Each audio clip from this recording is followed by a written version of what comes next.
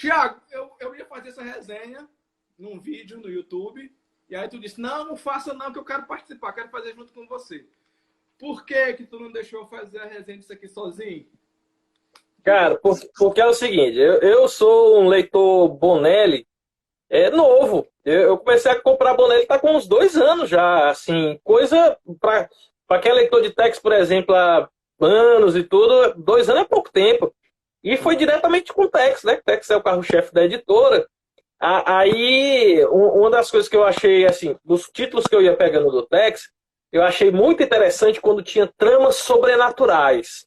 Porque o Tex ele é muito focado ali no faroeste e tal, mas, assim, eu lembro que tem um Tex histórico, que é, se eu não me engano, é 98, alguma coisa assim, no qual o Tex ele dorme perto de um monastério onde um monge morreu. E esse monge aparece em sonho pro Tex e conta como ele morreu. O cara é um elemento massa porque é um faroeste, né? Faroeste é século XIX. Você tem ali os Estados Unidos ainda naquele momento do Destino Manifesto, que é a ocupação do Oeste. Aí você tem ainda muito do misticismo do século XIX, dos colonos europeus. E quando você pega assim, um Tex, que é aquele estilo de faroeste, mais pé no chão e tudo, e tem uma trama sobrenatural, aí o cara, isso aqui me chamou a atenção. Aí, quando eu peguei para ler Tex Gigante, né? Porque Tex Gigante é uma coleção que eu comecei recente, comecei a partir da 33, que é a que eu tenho aqui, e gostei muito, porque, pô, cara, é um Tex de 350 páginas, formatão, por R$ 36. Hoje em dia, do que cada quadrinho da Panini, por exemplo, é quase R$ 30 você pegar um formato desse, com esse tanto de página, é um custo-benefício muito grande, cara. Pois é o que eu sempre disse. O Tex, eu também leio o Tex muito esporadicamente, né? Então tem algumas histórias, os leitores mais assíduos falam que essa coisa do terror, e nós estamos falando do terror porque esse quadrinho tem esses elementos, né? Aqui na capa você já vê essas sombras aqui, meio demoníacas. Então esse quadrinho tem um pouco esses elementos. E os leitores mais acostumados, mais assíduos, dizem que isso não é muito incomum. Quer dizer, não é constante, mas não é incomum, por assim dizer, né? Que o Tex tem personagens mais ligados a essa linha do ocultismo e tudo, né? Tem até o Mephisto. Inclusive, eu nunca li um quadrinho com o Mephisto. Não é Mephisto, não é o vilão, que é um tipo de... É chamado Grande Vilão do Tex. Pois é, eu nunca li um quadrinho do... Porque eu comecei a ler Tex por conta... Na verdade, eu tenho duas histórias de início de Tex, né? A primeira Tex que eu comprei foi uma Tex gigante, desenhado pelo Ivo Milazzo, porque eu já lia Ken Park. A segunda Tex que eu comprei foi uma do Joe Kubert, né? Que é o Ranger Solitário. Isso. Tá recentemente pela Salvat. Eu comprava por causa dos desenhistas, né? Eu selecionava por conta disso. E ainda hoje é. Mas a Tex gigante, na minha concepção, então eu compro muito. Eu tenho algumas Tex gigantes. Eu estou tentando fazer a coleção do Tex gigante, quero completar. E eu tenho muitas Tex ouro e essas Tex platino, porque são histórias fechadas. E eu prefiro pegar assim, né? Eu escolho pelo desenhista e 350 páginas de história, às vezes mais. Uma história fechada, e eu acho que precisa de fôlego, né? Eu acho que Tex precisa de espaço para desenvolver uma história. E mesmo quando tem 350 páginas, às vezes falta alguma coisinha no final. Inclusive, essa é uma das minhas críticas a esse gibi. Eu acho que o final ficou um pouquinho apressado.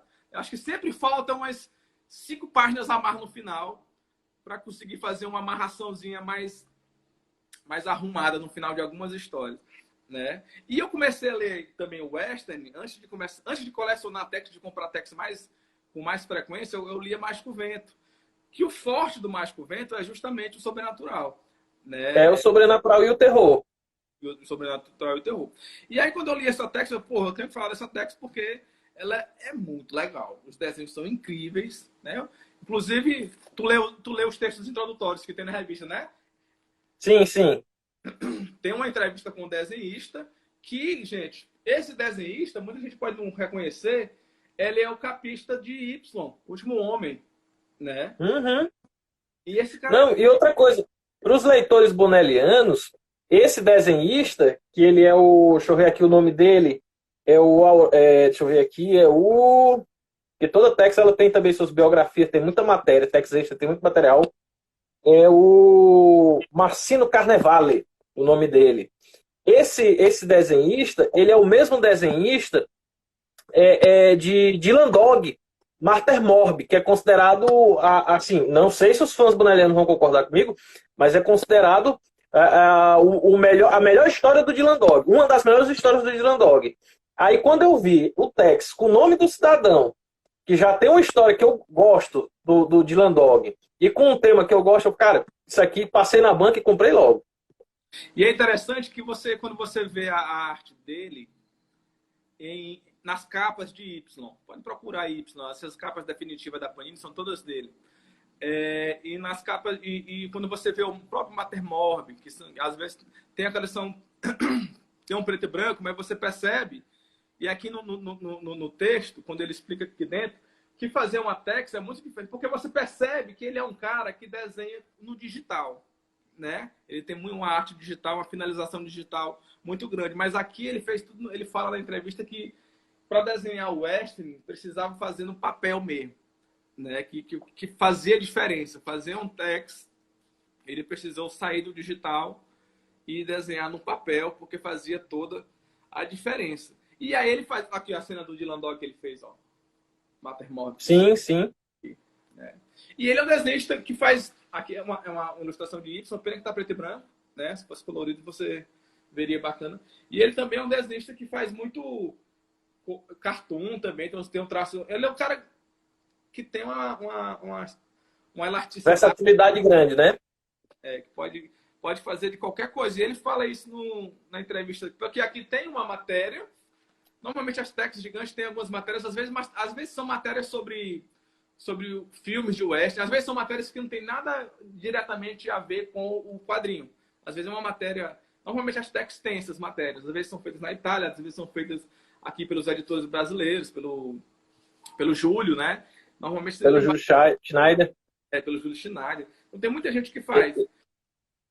Eu achei interessante tu falando aí do desenhista, né? Porque é o seguinte, esses caras, quando eles vão desenhar um tex gigante, eles passam 2, 3 anos só dedicado àquilo. E, normalmente, o tex ele tem uma identidade visual muito característica. Você nota, assim, até que os desenhistas de tex, apesar de serem facilmente identificáveis, eles têm um estilo muito grande do próprio desenho do tex, fisionomia. O fã italiano ele é muito tradicionalista, pelo que eu andei pesquisando. Aí você pega, por exemplo, a edição anterior a essa, que é Texto Implacável, essa aqui que eu estou em mãos, ela é do Villa, do Franco Villa, que é um dos caras mais, vamos dizer assim, um dos capistas que já fez mais capas para Tex. Essa Tex era muito, muito aguardada, essa Tex, o Implacável. Aí quando você chega nessa edição de Tex gigante, essa India Carnival, cara, muda muito o estilo, por causa do próprio desenhista. Muda o formato do rosto do Tex, muda a ambientação, porque normalmente você, assim, eu acho legal de ler Tex, é porque você sente nos desenhistas aquele calor, aquela, vamos dizer assim, aquela sensação de faroeste, tá entendendo? E aqui não, aqui mudou.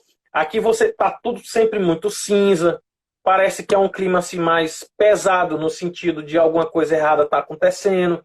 E você sente isso na trama toda. É o fato do cara saber usar muito bem o preto e branco. Né? Você saber fazer o contraste de cenas. Né? Mesmo cenas que são assim diurnas, você sente esse peso no desenho. Né? Você, por exemplo, essa cena aqui, porque o que é que trata o quadrinho? Basicamente, você tem uma cena que um circo... Para a gente não entrar ainda especificamente, né? Tem uma cena que está acontecendo um desfile, tipo num circo de horrores, do circo de esquisitices, né? Freak show. Um freak show, né? E eles chegam na cidade e isso aqui é para ser tipo meio-dia, né? E a cena tem ainda um peso, tem uma sombra. O cara usa isso muito bem, né? E, esse controle do preto e branco, das silhuetas aqui, ó, no fundo, você saber você trabalhar o claro e o escuro, para você criar esses recortes, esses espaços negativos. O cara é muito bom, né? Normalmente, Tex não tem desenhista ruim, né? Os desenhistas da Bonelli, dificilmente você encontra um desenhista ruim. Todos eles são, no mínimo, muito eficientes. E como tu falou, uma tech gigante dessa, que tem o quê? São mais de 250 páginas. Você imagina que um desenhista no mercado americano entrega, sei lá, 22 páginas por mês. Um cara desse demora um ano fazendo esse quadrinho.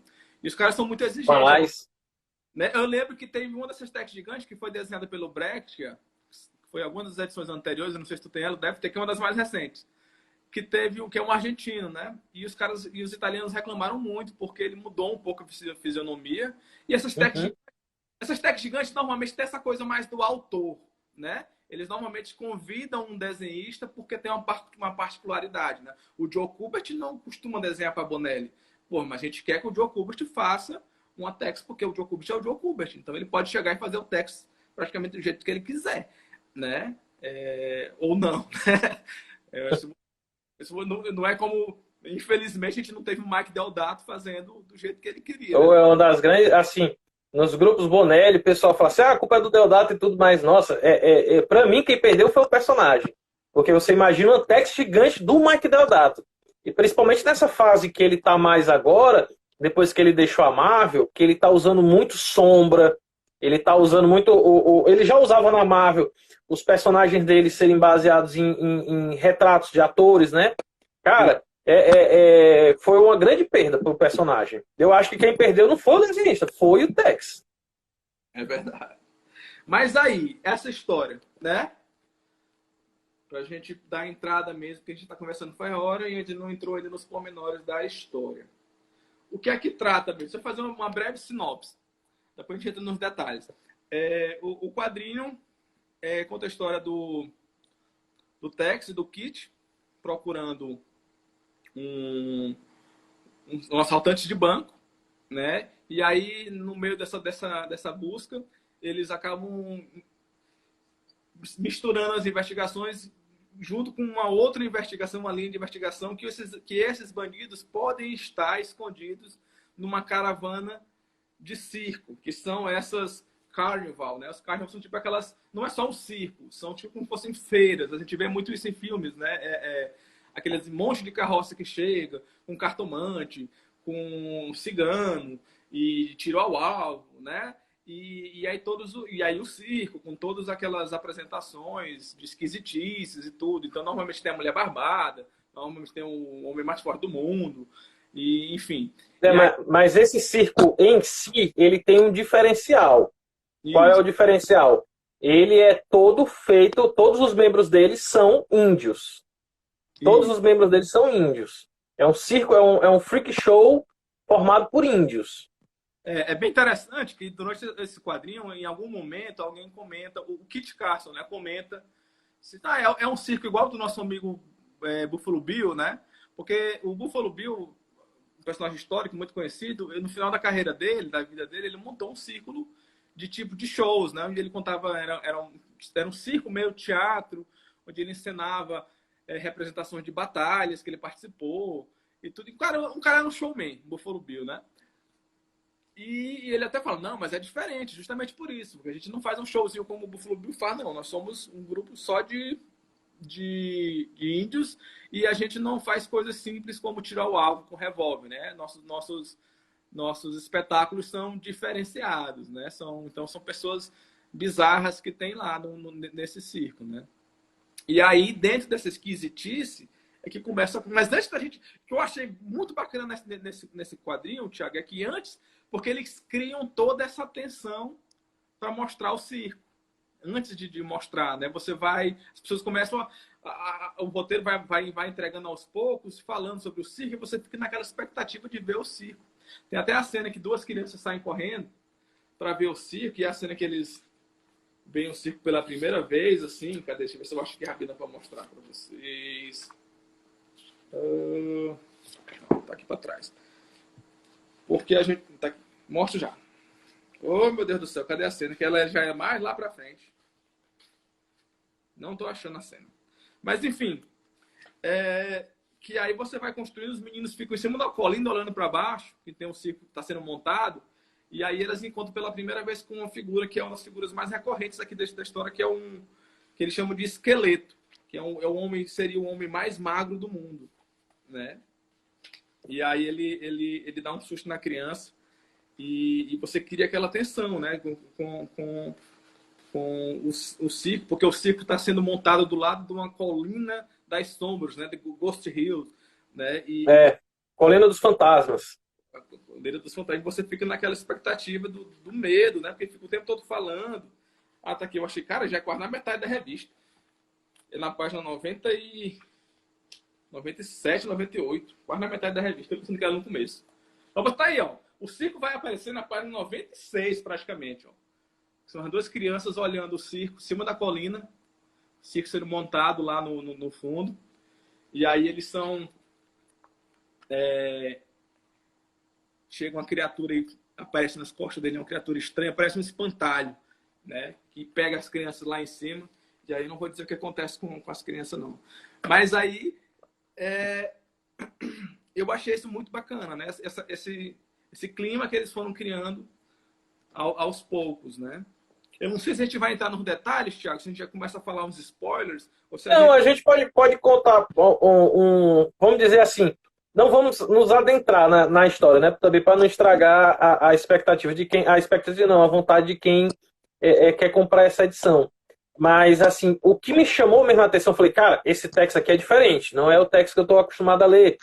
Foi exatamente a introdução, as primeiras páginas. É como tu falou, essa parte de apresentação do circo vai acontecer lá para metade do álbum, mas o álbum ele já inicia numa fazenda e dentro dessa fazenda os trabalhadores estão vendo o circo passar ao longe e eles veem aquilo como um sinal de mau agouro.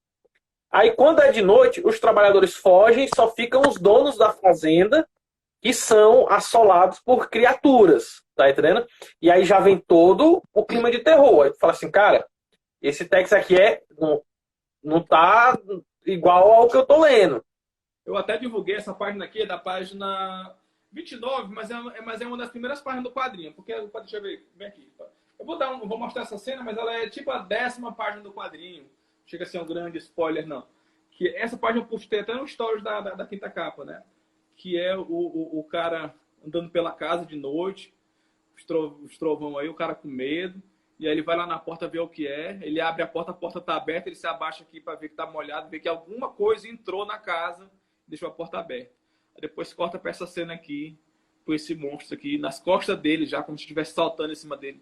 Pô, quando eu vi isso daqui, saca aquelas cenas de abertura de Arquivo X antes dos créditos, antes da abertura, né? É tipo isso, aquela cena antes da abertura que você cria toda a atenção e de repente, pá, acontece o crime, um assassinato, e aí, pá, corta, entra a abertura, o nome do Tex grandão, a música toca, os personagens, os mocinhos aparecem e a história continua, né? É por aí, né? E tem tudo isso, né? Essa introdução. E tem outros elementos. Para quem vê eu toda hora ajeitando o celular aqui, é porque o meu celular está carregando, eu tive que botar ele aqui numa posição para que não tivesse problema. Eu estou ajeitando ele aqui todo o tempo, certo? Olha, ele fica todo o tempo caindo. O Irã me comentou aqui, eu não me surpreenderia se Pedro Mauro aparecesse com um desenho de uma tech gigante. É verdade, tá na hora. Né? Existe uma conversa do Pedro Mauro fazer um ataque gigante. O John tá cobrando pra gente falar sobre Mágico Vento. Fala de alguma cor que presta. Ah, nós estamos falando de cor que presta, cara. Cadê Mágico Vento? Ele perguntou. Deixa de ser assim, cara. Né? Mágico Vento, mas Mágico Vento é bom. Olha, eu não vou mentir. Eu comecei a ler Bonelli por Tex, mas hoje eu sou apaixonado por Mágico Vento. Verdade. Mágico Vento vale muito a pena. Assim, eu decidi focar no Western por conta de Mágico Vento. Porque Tex eu tinha um certo ranço ainda, eu era muito jovem e não tinha interesse. Eu comecei a ler Bonelli, na verdade, com o Dylan Dog, por conta do terror. E aí, depois eu encontrei algumas Ken Parker perdida por aí, que as pessoas diziam Ken Parker é bom, porque Ken Parker é mais humano, é mais filosófico, não é como o Tex, as pessoas diziam, né? E aí aquilo entrava na minha cabeça, eu pensava assim, não, o Tex deve ser bobo, né? Eu vou ler uma coisa mais bacana, como Ken Parker. E aí depois eu descobri o Mágico Vento e comecei a ler quadrinhos por conta do terror. E aí fui me apaixonando cada vez mais pelo western e comecei a fazer minha coleção do Tex, né? Eu fiz esse caminho meio às avessas. Normalmente o fã bonelliano começa mesmo é pelo Tex, né?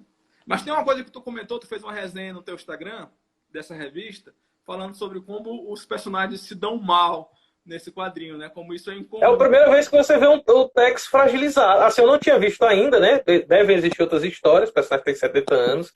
Mas assim, eu fiquei assim, pô, cara, o Tex. Conseguiram apagar o Tex, cara, porque normalmente ele é o cara durão e tal. Aí, pô, conseguiram apagar o Kit Carson, capturar Hã? Dando um pequeno spoiler, né? Os dois praticamente ficam à beira da morte mesmo, assim, do mano. É. E você fica assim, pô, é aquela sensação. Quando tu tá faltando, tipo, 20 páginas do quadrinho terminar, você diz assim, não, cara, tá faltando só 20 páginas, como é que eles vão resolver isso, né? Você fica naquela expectativa e os caras resolvem, né? Eu sinto que faltava um desenvolvimento da conclusão. A história é fechadinha, toda fechadinha, não ficou buraco lá, não. Mas eu sinto que ficava faltando só aquelas 5 páginas finais para concluir e desenvolver melhor o final. Cara, eu assim, agora a gente vai entrar no roteirista, né? O Mauro Bozelli. O Sim. Bozelli, cara, do pouco que eu tô lendo de Tex, apesar de estar lendo muito Tex, hoje um dos títulos que eu mais acompanho é Tex, Mauro Bozelli ele tem esse probleminha. Ele vai no crescente, ele é um puta roteirista, ele é um cara muito bom, ele entrega, eu não li ainda um roteiro ruim dele. O problema é que ele cria uma expectativa muito grande no começo, ele faz um desenvolvimento muito bom, e quando ele chega na conclusão, é como se fosse assim, eita, eu tenho que fechar a história. Então fecha logo aqui nessas 10 páginas que estão faltando. E foi isso que aconteceu aqui. Assim, você estava num crescente, estava todo na história do circo, na história do próprio Tex. Aí quando você se espanta, o quadrinho está terminando. Porra! Você fica naquela, pô, precisava de mais umas 10 páginas, pelo menos, né? Você fica naquela. Isso é comum, cara, não só. Na verdade, eu acho que isso é uma crítica comum à maioria dos Bonelli que eu lia. Né? As próprias Mágico Vento, isso acontece muito em Mágico Vento, porque são histórias normalmente de 90 páginas. Né? E eu sentia muito isso. No final de alguns capítulos, eu ficava. De Landog acontecia muito. Eu disse, porra, não, peraí, já acabou. Não, Dylan Dog tem essa questão de Dylan Dog é demais. O personagem ele tem uma quebra muito. Principalmente os finais de Dylan Dog são muito corridos. Isso é um problema que eu acho que os caras ficam. Não sei, me parece um erro comum na finalização dos roteiros da Bonelli. Deu assim, uma grande leitura, mas do que. E nem conseguiria citar aqui de cabeça um exemplo específico. Além desse quadrinho aqui que a gente está resenhando agora. Mas isso parece acontecer com certa frequência. Né? Mas nada que prejudique realmente, de fato, o quadrinho. Por exemplo, do mesmo Manfred, que a gente citou agora, que fez o Mujico, que a gente estava conversando, ele fez Face Oculta. Pô, Face Oculta, eu li o volume 1 e 2 de Face Oculta. Eu fiz uma resenha no site da Quinta Capa, procure lá, eu fiz uma resenha, eu fiz uma biografia do Manfred e fiz uma resenha do Face Oculta do volume 1 e 2, naquela expectativa de ler o final, no volume 3, e o final me decepcionou um pouco, tanto que eu ainda não fui atrás do Xangai, não sei como é que vai ficar. Shanghai Devil, lançado pela Red Dragon. Gostei muito. Eu não tinha lido Face Oculta, fui ler Shanghai Devil. Cara, assim, eu não tinha lido Face Oculta, fui ler Shanghai Devil, né? Eu vi assim o quadro, cara, assim, eu não preciso do Face Oculta para entender o Shanghai Devil. Foi isso que eu achei bacana. Bem acessível mesmo. Isso é uma coisa comum nos títulos da Bonelli. Ele é assim, você pegar uma edição, você se sente em casa, você já conhece os personagens, tem um desenvolvimento, tem a sua história. Não, com certeza. Essa coisa de você pegar praticamente qualquer gibi. Se você pegar o texto mensal, não, porque normalmente algumas histórias mensais são divididas em 2 ou 3 edições. A não ser que você tenha a sorte de pegar realmente uma edição que comece e queira continuar a leitura. Por isso que eu gosto das Tex Ouro, das Tex Platino, das Tex Anuais, que são histórias que normalmente os caras juntam e deixam a historinha fechada. Fechadão. Que é um tijolão, né? E você não tem um risco de. Então, assim, eu imagino que o Xangai, o cara. Até porque, se você não conhece o personagem, você nunca vai saber que Xangai Devil tem alguma coisa a ver com Face Oculta. Os títulos são diferentes, Só se você for realmente fã e acompanhar o desenhista, o roteirista, e já acompanhar o personagem e ser fã da coisa. Mas se você chega na banca e pega uma edição assim, normalmente você consegue ler de boas. Inclusive, essa semana eu divulguei esse quadrinho do Tex quando chegou, e um cliente, o Aurélio Jansen, que é um cliente que lê muito Marvel DC, mas recentemente está lendo basicamente só mangá, né? E ele falou assim, pô, Bernardo, tu fala tanto de Tex que eu vou querer uma dessa daí. Eu falei, bom, você tá levando uma... Você tá fazendo uma boa escolha. Agora, uma coisa que eu sempre digo, para todo curioso que queira se interessar por uma Tex, procure alguma Tex que esteja aberta e escolha pelo desenhista. Se você se agradar com o desenhista, dificilmente o roteiro vai lhe decepcionar. Porque os roteiros também são muito... como é que eu posso dizer? Não vão decepcionar, porque normalmente entrega o que você procura. O que é? Que é um Tex espancando bandidos, sendo... Normalmente as pessoas pensam que o Tex é um personagem completamente certinho, né? Ao contrário. Ele é um cara do... Isso é o que eu acho bom, a personificação do Tex. Ele é um cara do século XIX. Ele tem um senso de justiça dele, ele tem. Mas às vezes ele é brutal, às vezes ele usa de subterfúgios para conseguir o que é que ele quer. Ele é um fruto do século XIX.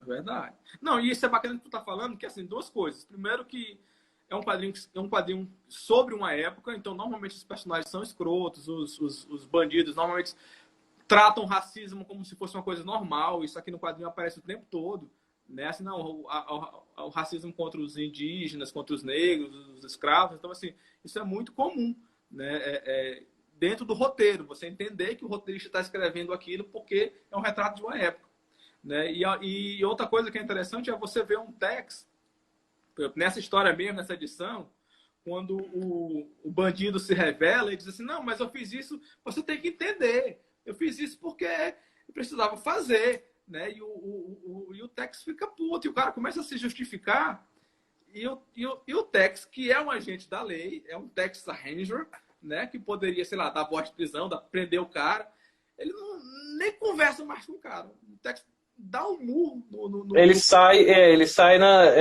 esmurrando. Então, tô lhe dando esse murro aqui agora, e se você falar de novo, leva outro. É desse nível, né, cara? Então o Tex não é esse soldadinho, bom moço, homem, né? Ele é um cara que usa de subterfúgios.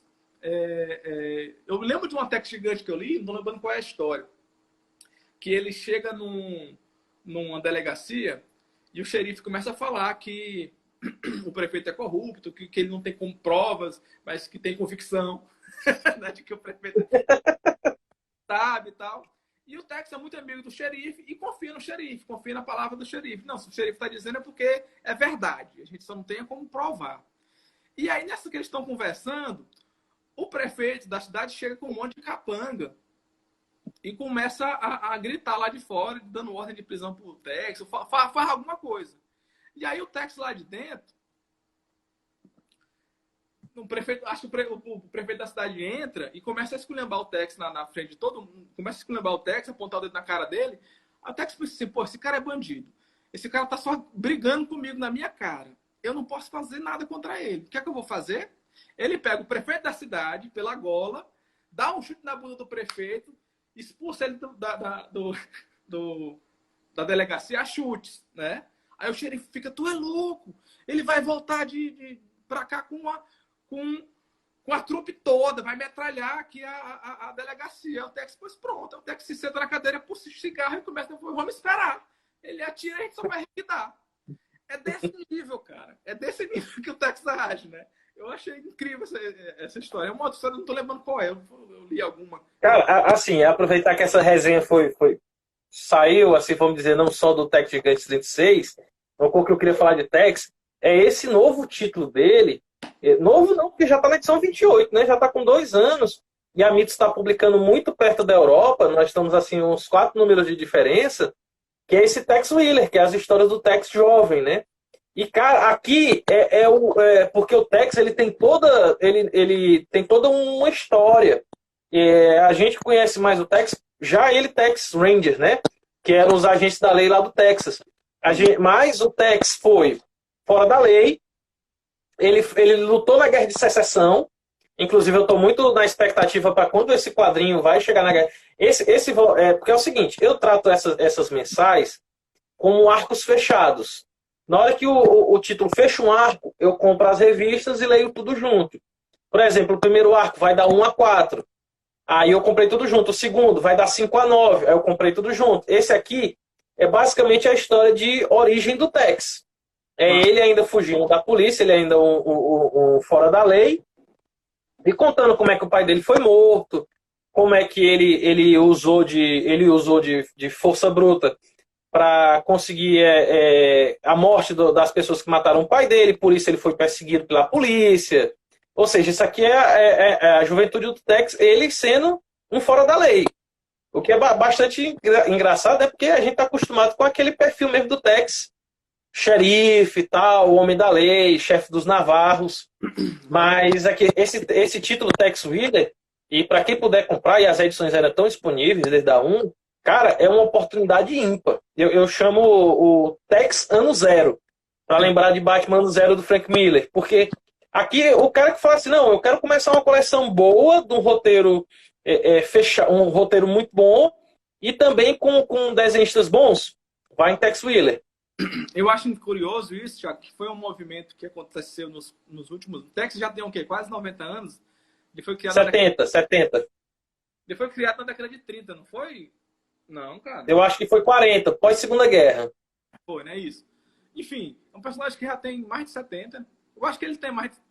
Ele tem 50 anos ininterrupto só no Brasil, né?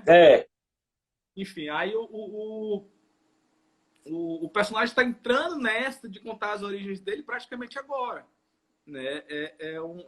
Inclusive, uma das histórias bacanas que eu citava muito aqui é uma Tex anual, não estou lembrando qual é o número dela, na capinha azul, que conta a história dele mesmo, da história que conta um pouco dessa origem dele, mostra os pais dele, mostra ele criança, e mostra ele se tornando adolescente e fazendo a primeira viagem. É que ele morava numa cidade, tipo numa fazendazinha com os pais dele, e aí é a primeira vez que ele sai da cidade, que o pai diz, não, você vai levar esse grupo de gado, ele vai levar... E cita nesse arco aqui de Tex Willer.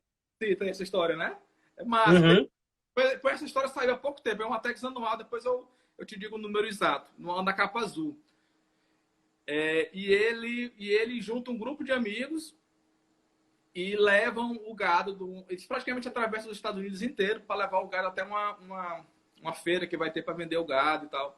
E aí no meio dessa viagem acontece mil coisas, né? Que é uma história dessas longas de quase 300 páginas, né? E é essa primeira aventura do Tex, né? Então, e os caras estão criando isso agora, essa Tex Willer que tu tá falando, quer dizer, é um personagem que tem mais de 70 anos e que agora que está sendo explorada a origem dele, justamente por conta daquilo que tu falou. Os leitores italianos são muito tradicionalistas e estão acostumados com aquele Tex e aquele Tex que tem aquela idade, né? Eram pouco afeitos a novidades, né? Aquela coisa do tradicional. Mas aí é que tá. O interessante é que do lançamento de Tex Willer, hoje ela configura no top 5 de vendas da Bonelli. Ela é a segunda ou o terceiro título mais vendido da Bonelli. Mas aí não sei se tu tá considerando, porque o Tex deve ter uns 10 títulos periódicos. Não, tô considerando o top 10 da Bonelli. Da Bonelli. Que entra Dylan Dog, que entra o próprio Tex. Pois é, eu quis falar foi com relação a mitos, né, cara? Que o Tex no Brasil deve ter, como eu estava dizendo, quase uns 10 títulos periódicos. Porque você tem a Tex mensal, tem a Tex coleção, a Tex anual, a Max Tex, aí tem a Tex... Tex Ouro. Tex Ouro. Tem edição histórica. Edição gigante. Enfim, cara, são muitas edições assim, de Tex. Assim, quase todo mês você tem um título novo assim, agora de Tex, fora o Tex mensal, né? Aí tem a Graphic Novel. Além da Tex gigante, tem a Tex Graphic Novel também. Cara, se você contar direitinho, dá pelo menos uns 10 títulos. Eles não são 10 títulos, são 10 títulos periódicos. A Tex gigante, por exemplo, acho que sai 1 ou 2 por ano. né? Esse aqui esse volume 36, se eu não me engano, é a segunda desse ano. E a primeira foi a do Vila. Pois é. Tiago, a gente podia, já que a gente está falando uma boa introdução, se a gente quiser falar um pouco dos spoilers do quadrinho, a gente podia fazer uma divisão agora, né? Se a gente puder falar mais abertamente do quadrinho, o que é que tu acha? Aí fica o aviso, se a pessoa não quiser continuar, ele dá um like agora e a gente poderia começar a falar um pouco com spoilers. Porque eu queria fazer uma crítica ao quadrinho e eu precisaria dar o spoiler. Né? Pode começar. Bota aí uma tag aí de spoilers e bora comentar o quadrinho em si. Pronto, tá valendo spoiler agora. Se você não quiser saber spoiler, quiser ler seu quadrinho sem esse problema, se você considera isso um problema, tá aí. Então vamos falar agora de Tex. Só um adendo, eu chamei Francovilla, é Cláudio Villa. Francovilla é outro. Cláudio Villa, lendário capista de Tex. Ah, verdade, o Villa. Tô aqui com essa. Tava folheando essa Tex dele aqui. Pô, cara, pra mim foi a Tex mais bem desenhada que eu já vi. Esse Tex gigante dele. Deixa eu ver se tem olha aí. Comentário aqui. Olha aqui, olha aqui o Kit Castle, cara. Isso aqui é de deixar um Brian Bolland de queixo caído, cara. Os caras são mesmo assim. Monstros, viu? São bons. Ó, assim, pra mim, o único problema que me incomodou assim nessa história, porque o que é que acontece? Qual é o grande lance do quadrinho? O Tex está procurando esses assaltantes de banco que se juntam a essa trupe de índios, e essa trupe de índios querem fazer uma vingança contra uma cidade, né? Essa cidade, alguns anos atrás, teria cometido uma atrocidade, um genocídio, matado uma tribo inteira. Isso é mostrado em flashbacks em 2 páginas nesse quadrinho. E aí o circo é formado pelo sentimento de vingança desses índios, né? E uma das coisas que me incomoda é que no quadrinho eles deixam isso claro, que só sobreviveu uma pessoa que era um bebê. Que era um bebê. E aí, para mim, isso não faz muito sentido, porque, primeiro, como assim se sobreviveu um bebê? Como é que esse bebê sobreviveu e se tornou o índio mais forte do circo, do índio carnívoro? Né? Quem foi que cuidou dele? Quem foi que encontrou esse bebê? Ou como é que esse bebê tem viva a memória? Sei lá, você precisaria ter essa memória viva na sua cabeça para você instigar esse ódio da vingança, né?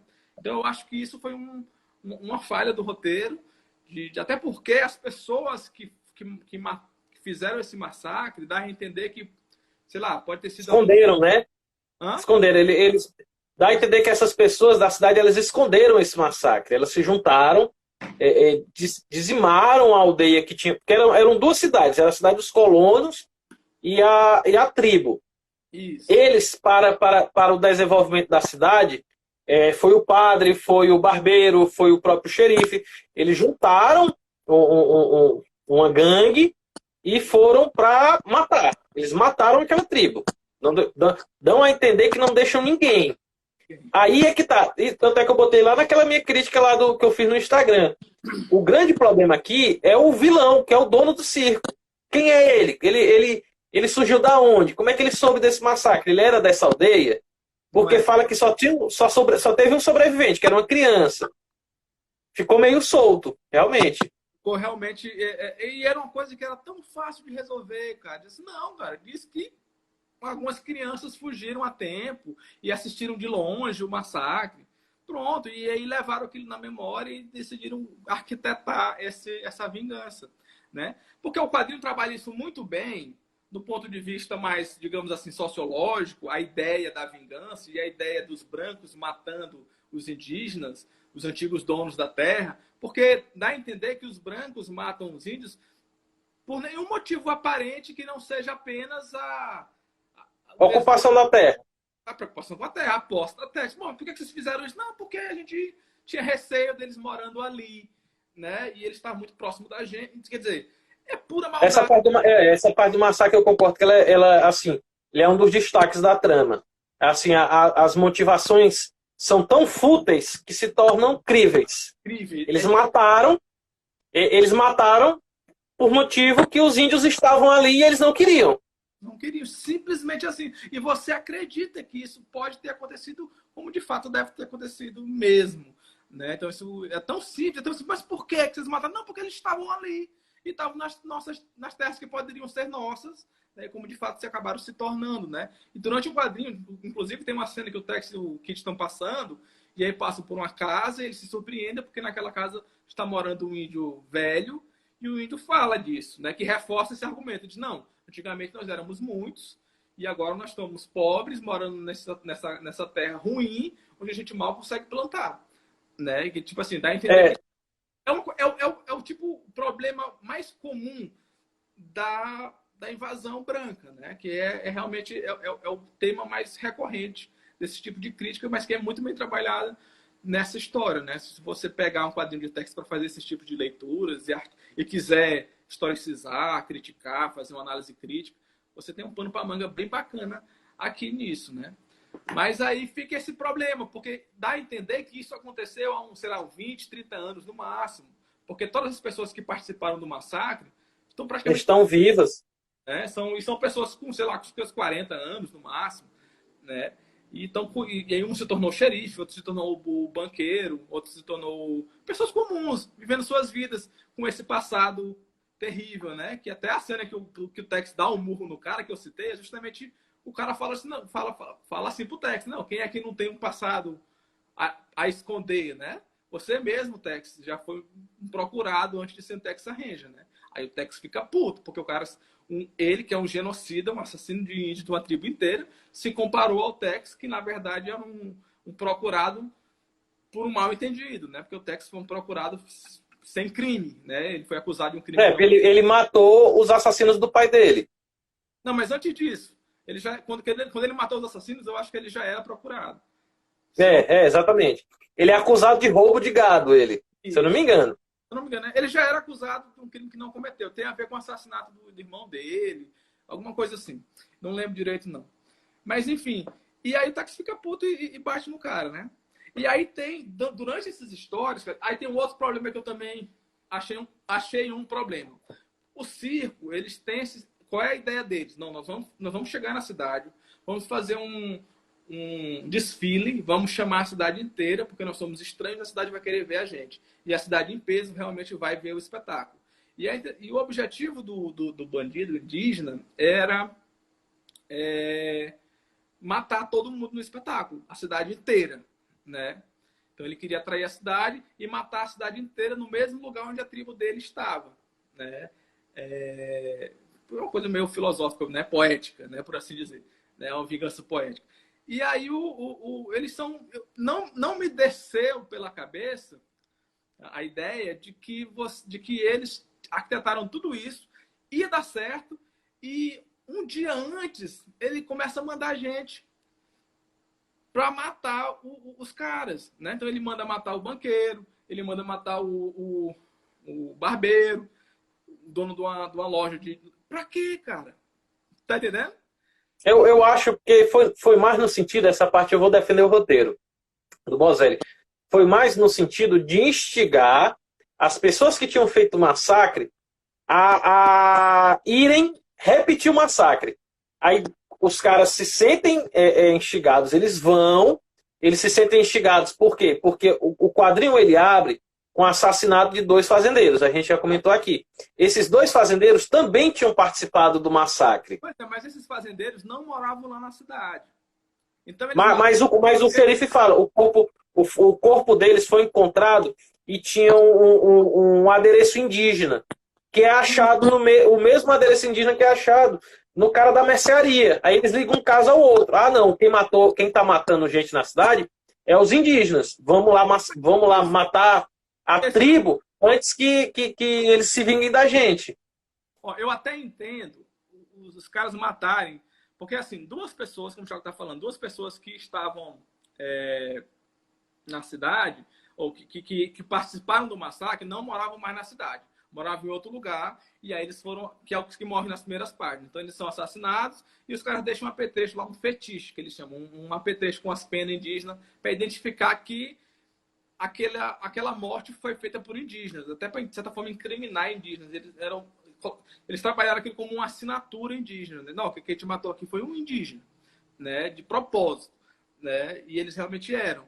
Mas aí, quando eles vão para a cidade, arquitetar o plano deles, que ia dar tudo certo, se eles tivessem ficado quietos, vamos fazer nosso show, e todo mundo fosse pro show, quando chegasse no show, eles matavam todo mundo e dava certo. Entendeu? Não teriam, eles simplesmente começaram a matar as pessoas um ou 2 dias antes do espetáculo e continuaram deixando esses fetiches indígenas. Então, assim, se eu fosse... Essa parte eu volto a repetir, vou defender o roteiro.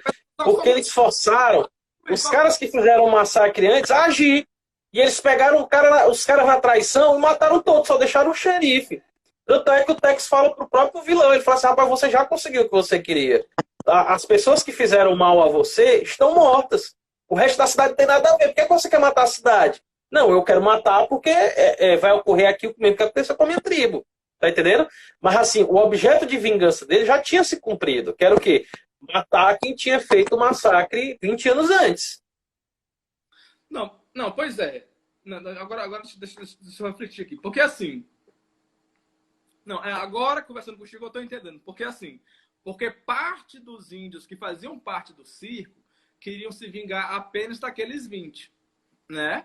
Que fizeram um massacre. O chefe da tribo, de fato, é que queria matar a cidade inteira.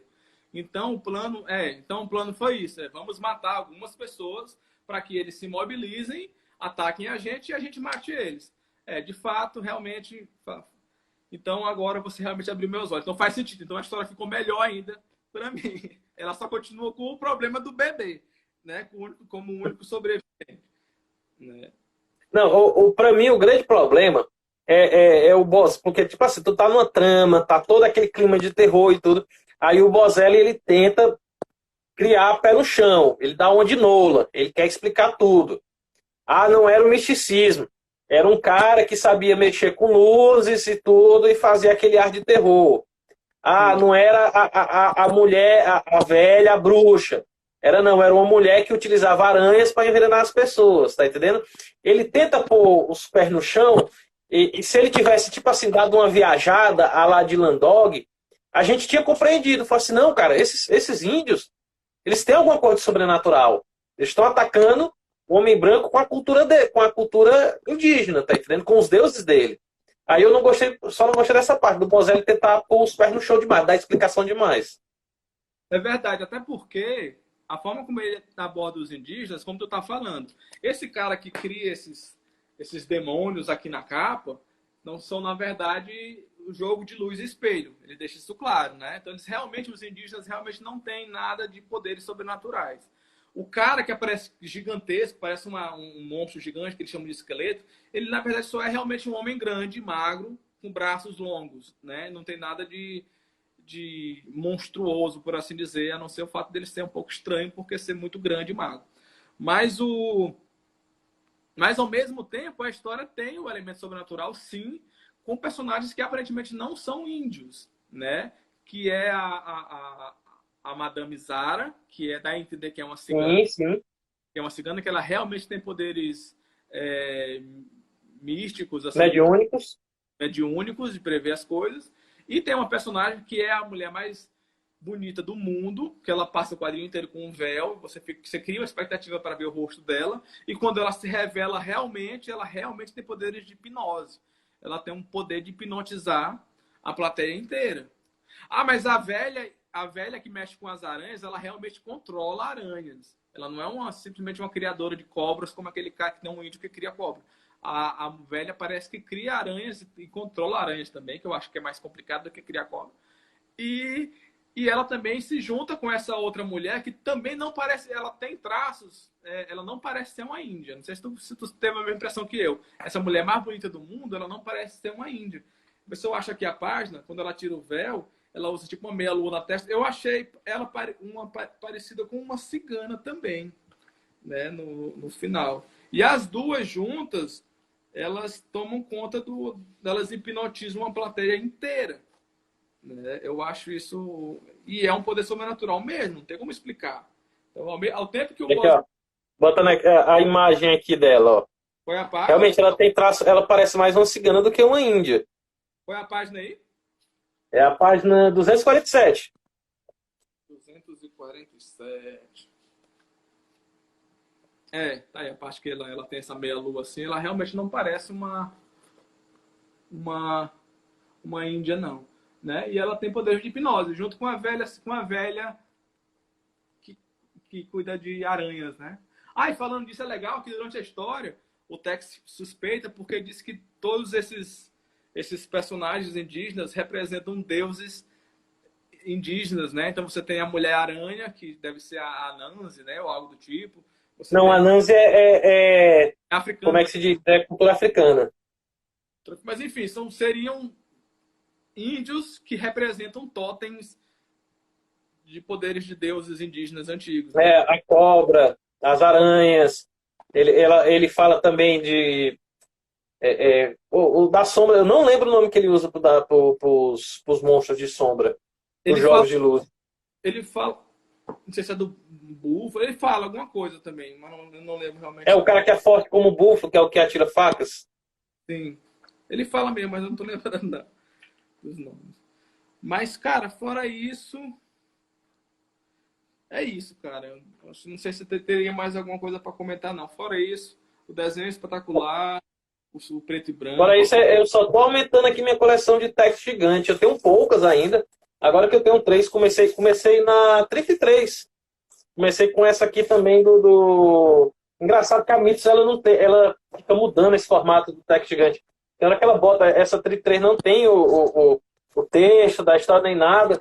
Aí nas outras já tem tudo. Assim, você querer padronização da Mitos é um pouco complicado, viu? Até mesmo, eu achei que eu olho para mim, eu não sou lavadeiro, né? Eu olho para minha coleção, rapaz, isso aqui dá uma gastura em quem tem toque, mesmo. Porque, ó, isso aqui tá mais torto do que a lombada daquela Tex, As Grandes Aventuras, que o queixo da Lilith tá igual do queixo do Tex. Cara, eu ia comentar alguma coisa agora, mas eu esqueci o que eu ia comentar, cara.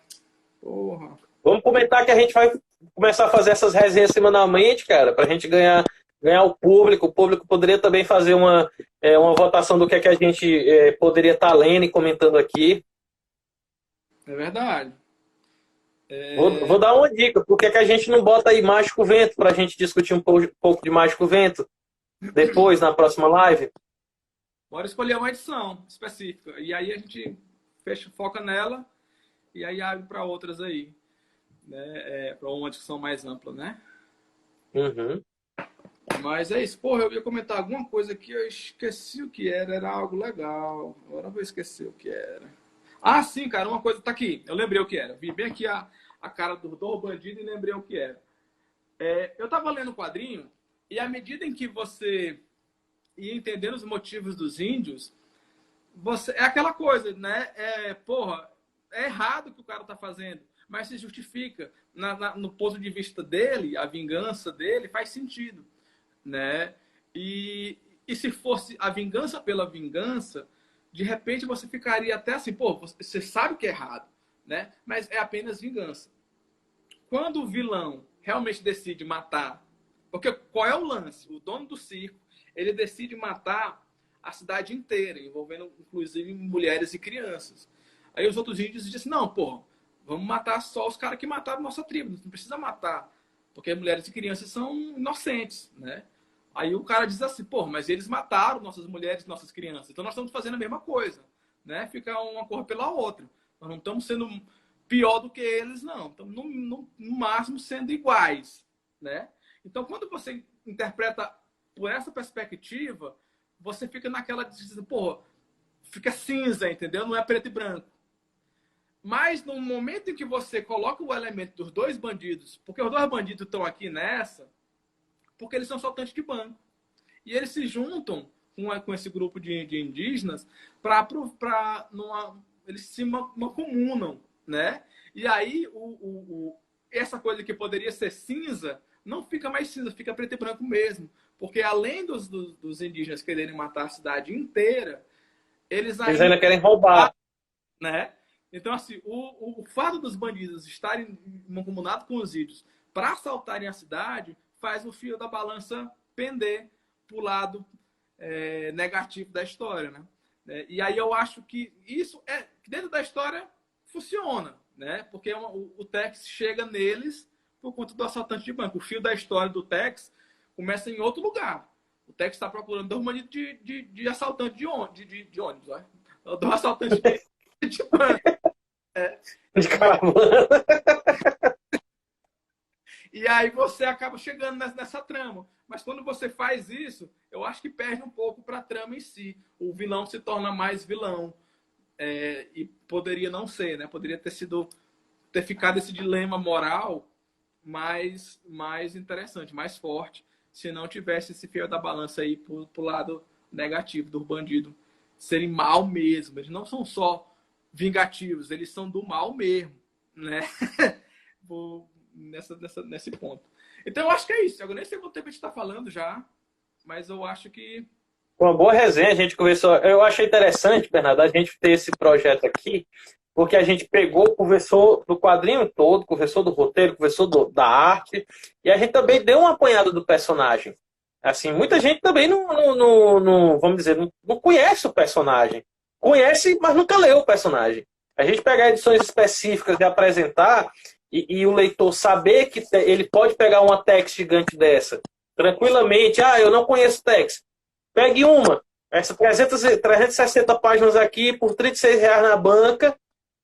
É o melhor custo-benefício que você vai ter. Você vai ter uma história fechada, que é uma garantia de um roteiro de qualidade com arte de qualidade. Vale muito a pena arriscar. É como eu digo, se você gostar do desenhista, é muito difícil você se decepcionar com o roteiro, né? Se decepcionar uma vez, vale a pena tentar uma segunda, né? Para ter certeza, se realmente não gosta. Mas eu acho que vale a pena insistir, né? Em fazer pelo menos uma ou duas leituras de text para você, se você nunca leu, vale a pena dar uma insistida, porque realmente é outro mundo, né? Outra descoberta mesmo assim, é outra perspectiva. Aí você entrar no mundo da Bonelli, você que normalmente só lê super-herói, mangás. Não, é uma outra dinâmica. Outra dinâmica. Outra coisa. Pois é isso, Thiago. Vamos encerrar. Fica aí. Essa live vai ficar salva aí. Tomara que fique. Vou ver se eu consigo fazer o download dela também para postar nos YouTube também. E nós vamos marcar a próxima aí. Eu vou marcar. A gente vai escolher um quadrinho aí. Eu leio de hoje para amanhã. A gente marca aí no final de semana. Pois pronto. E melhoras aí para você, Bernardo. Qualquer coisa aí você tome aí sua cloroquina, ivermectina, porque de verme você não vai morrer se você tomar ivermectina. Mas de Covid aí é outra história, viu? Tá certo. Melhoras aí, vai dar tudo certo. Tá certo. Tô tomando vitamina C só. Vitamina D? Vitamina C. Vitamina C, pronto. Pronto, de gripe você tá bem. Até a próxima. Até mais, pessoal. Obrigado aí.